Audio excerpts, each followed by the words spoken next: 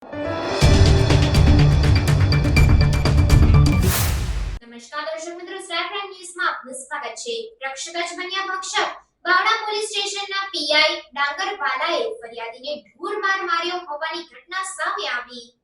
બાવડા police સ્ટેશનના PI ડાંગરવાલાએ ફરિયાદીના phone જપ્ત કરીને ઢોર માર માર્યો। પીઆઈ ડાંગરવાલાએ ફરિયાદ ગૌતમભાઈ પારેખને મૂંઢ મારી સિનિયર સિટીઝનને પિતાને અપશબ્દ ગાળો બોલી માર મારવામાં આવ્યો છે। ફરિયાદી ગૌતમભાઈના ભાઈની દીકરી કોઈ બીજા સમાજના છોકરા સાથે ફરાર થઈ જતા છોકરા વિરુદ્ધ ફરિયાદ કરવા 100 નંબર પર કોલ કર્યો હતો। ત્યારે બાવડા પોલીસે ગૌતમભાઈને પોલીસ સ્ટેશને રૂબરૂ બોલાવી અને ફરિયાદ નોંધાવવા માટે ગયા હતા।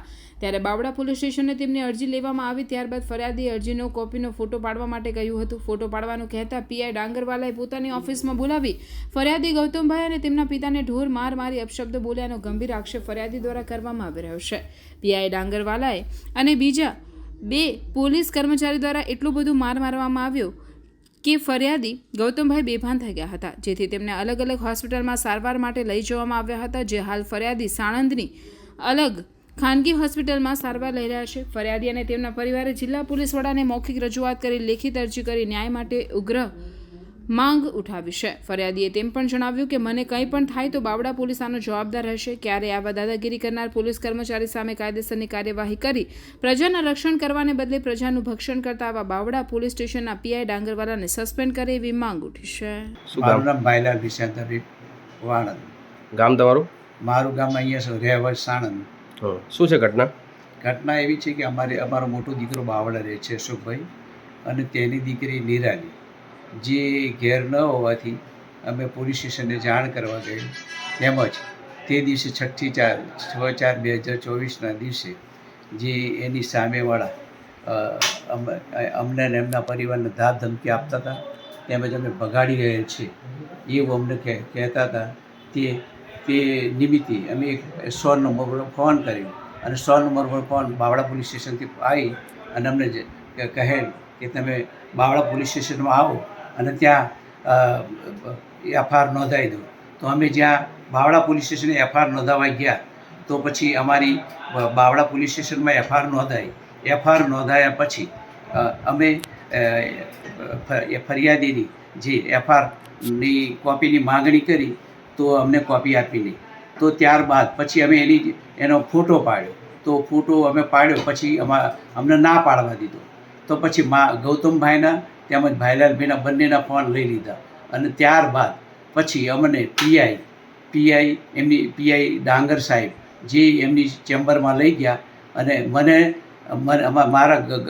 મારા પુત્ર ગૌતમભાઈને જેમ મૂઢ માર મારે, મોઢે તેમજ શરીરે અન્ય ભાગે તેમજ પેશાબના ભાગે દરેક હૃદયના પણ ભાગ ઉપર મૂઢ માર મારે, જેની સ્થિતિ હાલત ગંભીર। અને હું સિનિયર સિટીઝન હોવા છતાં મને પણ મૂઢ મને મારેલ, મોઢામાં લાતો ઉપર મારેલ, તેમજ મને અન્ય કે હું વાણંદ જ્ઞાતિનો હતો, તું ગાયજો છું એવો મને જ્ઞાતિવાદ કરીને મને બોલાવેલ છે, મને કીધેલ છે, અને મારું અપમાનજનક કીધું, મને બેફામ ગાળો દીધેલ છે, અને મને મોઢા પર પણ લાફા મારેલ છે, તેમજ બીજા અન્ય 2 પોલીસ કોન્સ્ટેબલો પણ સામેલ હતા, જે હું ઓળખી પણ બતાવી શકીશ। શું તમારી માંગ છે?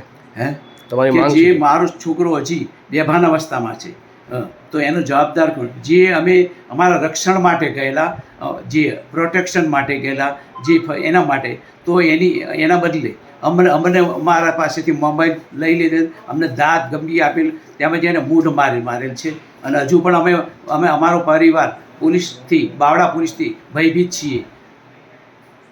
તમારી માંગ શું છે? અમારી કે અમને યોગ્ય ન્યાય મળવો જોઈએ, અમારી માંગ એ છે। મારું નામ રૂપલબેન ગૌતમભાઈ પારેખ, સાણંદ। શું ઘટના હતી? ઘટના એવી હતી કે મારા જેટની બેબી નાસી ગઈ છે, કોરી પટેલનો છોકરો એને લઈને નાસી ગયો છે, તો એના માટે મારા પતિ ખાલી પૂછપરછ કરવા ગયા।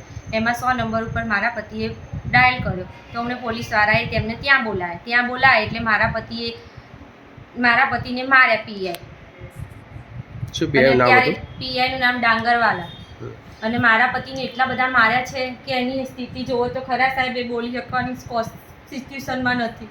તો આનો ન્યાય અમને કોણ આપશે? અમારે ન્યાય જોઈએ છે, બીજું કંઈ નહીં।